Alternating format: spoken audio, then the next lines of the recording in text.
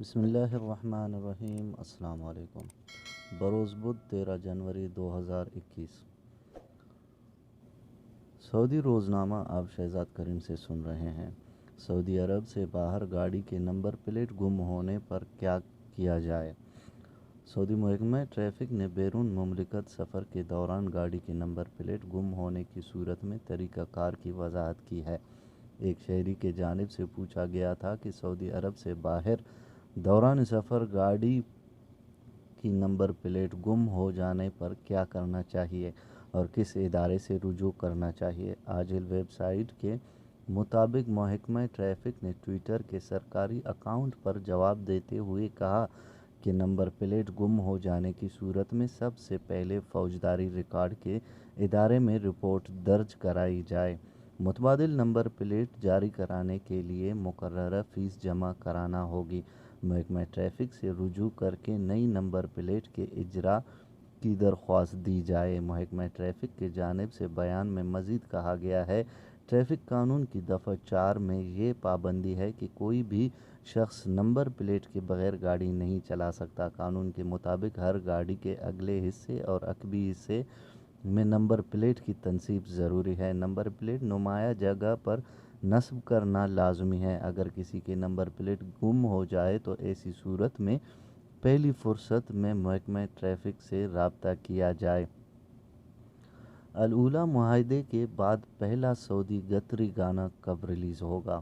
مملکت کے تاریخی شہر الاولیٰ میں سعودی عرب اور قطر کے درمیان مصالحت کے بعد پہلے سعودی قطری گانے نے پوری عرب دنیا کی توجہ اپنی جانب مرکوز کر لی ہے۔ عرب میڈیا مشترکہ گانا ریلیز ہونے کا منتظر ہے۔ گانے کے بول سعودی عرب کے شاہی خاندان کے شاعر شہزادہ خالد بن سعود الکبیر کے لکھے ہوئے ہیں اور گلوکار قطر کے علی عبدالستار ہیں۔ اس کی موسیقی ڈاکٹر ابراہیم الدخیل نے ترتیب دی ہے۔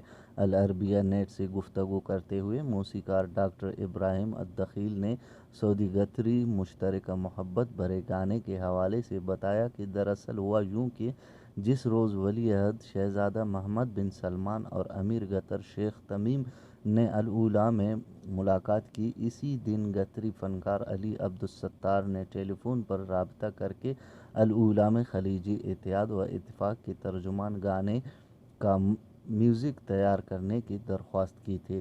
ان کے مزید کہنا تھا کہ اس درخواست پر میں نے فوراً ہی شہزادہ خالد بن سعود الکبیر سے رابطہ کر کے ان کے سامنے مشترکہ گانے کے تصور پیش کیا۔ انہوں نے چند گھنٹے بعد ہی پیار بھرا گانا تیار کر کے مجھے بھیج دیا، جس کے بعد خلیجی ممالک کے عوام کی خوشیوں کے ماحول میں گانے کی موسیقی تیار کی گئی۔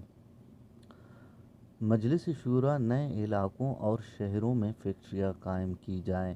سعودی مجلس شورا کی جانب سے نئے شہروں اور علاقوں میں فیکٹریاں قائم کرنے کی سفارش اور اس پر عمل درآمد کے لیے سرمایہ کاروں سے رابطے کے لیے کہا گیا ہے۔ سعودی خبر رساں ادارے ایس پی اے کے مطابق شورا کے ارکان نے صدر ڈاکٹر عبداللہ آل الشیخ کے زیر صدارت آن لائن اجلاس میں منگل کو اقتصادی و توانائی کمیٹی کی رپورٹ پر بحث کی۔ کمیٹی کے چیئرمین فیصل آل فاضل نے مالیاتی سال 1440-1441 ہجری سے متعلق وزارت صنعت و معدنیات کی سالانہ رپورٹ کا جائزہ پیش کیا۔ اقتصادی و توانائی کی کمیٹی نے متعدد سفارشات کی پیش ان میں سے ایک یہ ہے کہ وزارت صنعت و معدنیات صنعتوں کے بارے میں تفصیلی معلومات اور اعداد و شمار پیش کرے۔ کمیٹی نے ایک سفارش یہ کی کہ ترقی پذیر نئے علاقوں اور شہروں میں فیکٹریاں قائم کی جائیں اور اس کے لیے سرمایہ کاروں سے رابطے کیے جائیں۔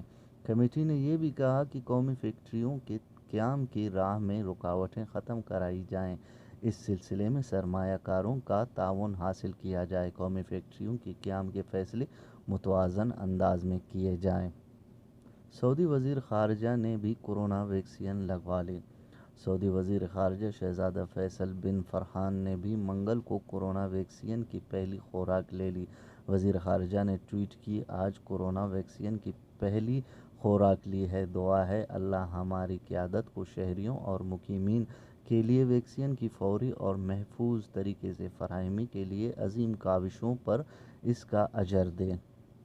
انہوں نے ہیلتھ فرنٹ لائن ہیروز پر بھی فخر کا اظہار کیا جو اپنے کام کو پوری لگن اور مہارت سے انجام دے رہے ہیں۔ شہزادہ فیصل بن فرحان نے ویکسین کا پہلا انجیکشن لگوانے کی تصویر بھی شیئر کی ہے۔ یاد رہے کہ خادم حرمین شریفین شاہ سلمان بن عبدالعزیز، ولی عہد شہزادہ محمد بن سلمان اور کئی وزراء بھی کورونا ویکسین کا پہلا انجیکشن لگوا چکے ہیں۔ کنگ سلمان امدادی مرکز کی جانب سے سوڈان میں 21 ٹن راشن تقسیم کیے گئے۔ King Salman Humanitarian Aid and Relief Centre نے سوڈان کے صوبہ دارفور میں 21 ٹن سے زیادہ خوراک اور راشن کے تھیلے تقسیم کیے ہیں۔ عرب نیوز کے مطابق سرکاری خبر رساں ایجنسی واس نے بتایا ہے کہ راشن کے ہر تھیلے میں ایک کنبے کے لیے کھانے پینے کا ضروری سامان موجود ہے۔ کنگ سلمان امدادی مرکز کی جانب سے یمن اور اردن کے ساتھ ساتھ دیگر ممالک میں بھی امدادی سامان کی ترسیل کا کام جاری ہے۔ اردن میں کنگ سلمان امدادی مرکز نے 1565 خاندانوں میں مختلف بیگ تقسیم کیے ہیں، جن میں سرد موسم سے محفوظ رہنے کے لیے 3130 کمبل ہیں۔ کنگ سلمان امدادی مرکز کے شہریوں کے انفرادی طور پر کام کے حوالے سے مختلف منصوبے بنائے گئے ہیں۔ اسی طرح یتیم بچوں اور بیوہ خواتین کے لیے روزگار کے مواقع کی تلاش میں مدد کے لیے مختلف شعبوں کے متعدد تربیتی کورسز کی سہولت بھی دی گئی ہے۔ واضح رہے کہ کنگ سلمان امدادی مرکز مئی 2015 میں قائم کیا گیا تھا۔ مرکز نے اب تک دنیا کے 53 ممالک میں مختلف قسم کے 1329 امدادی منصوبے مکمل کیے ہیں۔ ان منصوبوں پر 4.42 ارب سے زائد ڈالر خرچ کیے گئے۔ دنیا کے 70% لوگ 8 گھنٹے میں نیوم پہنچ سکیں گے۔ وزیر تجارت سعودی وزیر تجارت ماجد الکسبی نے کہا ہے کہ نیوم شہر میں نوجوانوں کے لیے روزگار کے نئے مواقع پیدا ہوں گے۔ یہ شہر نوجوانوں کو اچھوتے تخلیقی افکار پیش کرنے اور انہیں عملی جامہ پہنانے کے مواقع فراہم کرے گا۔ الاخباریہ سے گفتگو کرتے ہوئے وزیر تجارت نے کہا کہ دا لائن پروجیکٹ، جس کا اعلان ولی عہد شہزادہ محمد بن سلمان نے کیا ہے، ایک بے نظیر تصور کا آئینہ دار ہے۔ یہ نئے مستقبل کی علامت بنے گا۔ انہوں نے کہا کہ نیوم منصوبہ 3 براعظموں کو جوڑے گا اور معیاری شراکت کا ماحول مستحکم کرے گا۔ دنیا کے 70% لوگ یہاں زیادہ سے زیادہ 8 گھنٹے کے اندر پہنچ سکیں گے۔ یاد رہے کہ ولی عہد محمد بن سلمان نے اتوار کے روز نیوم میں دا لائن سٹی پروجیکٹ کا اعلان کیا تھا، جو شہروں سے متعلق جدید ترین تصور کا آئینہ دار ہوگا۔ نجی کمپنیوں کے لیے قانون محنت میں مجوزہ ترامیم کیا ہیں؟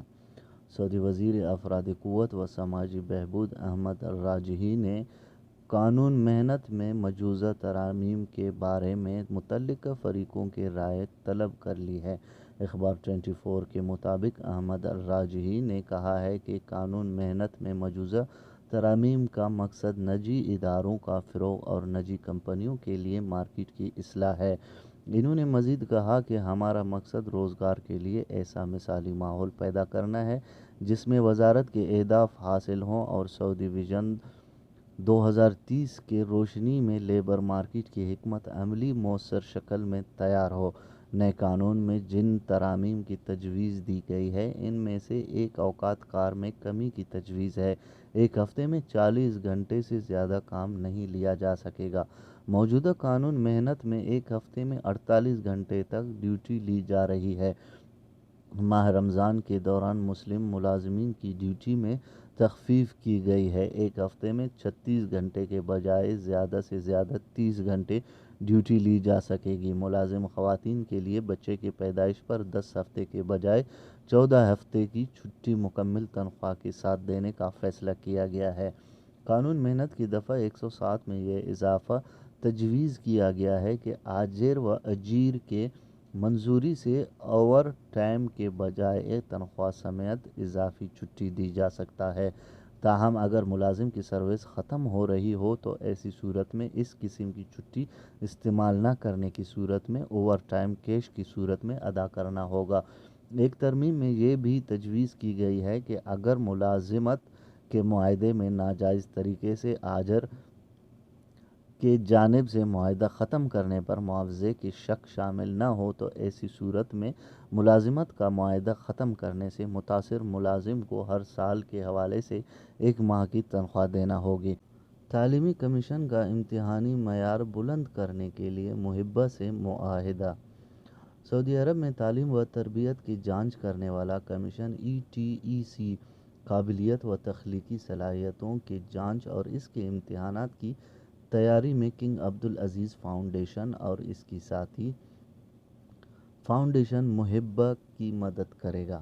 سعودی سرکاری نیوز ایجنسی واس کے مطابق ETEC اور محبہ نے اس ضمن میں ایک معاہدے پر دستخط کر دیے ہیں جس کے تحت ETEC معیاری تربیت اور پیشہ ورانہ ترقی کے پروگراموں کو ترتیب دینے میں محبہ کی مدد و رہنمائی کرے گا۔ دونوں تنظیموں نے علم اور مہارت کے اشتراک پر بھی اتفاق کیا ہے تاکہ سعودی عرب میں باصلاحیت طالب علموں کا پتہ لگانے اور انہیں آگے لانے کے لیے محبہ کے امتحانات اور دیگر وسائل کی مدد سے مسابقت کو فروغ دیا جا سکے۔ واضح رہے کہ محبہ ایک ایسی تنظیم ہے جو 1999 میں ایک غیر منافع بخش فاؤنڈیشن کے طور پر قائم کی گئی تھی تاکہ قابلیت و تخلیقی صلاحیت کے نشو و نما سے متعلق مملکت کے طویل مدتی وژن میں تعاون کیا جا سکے۔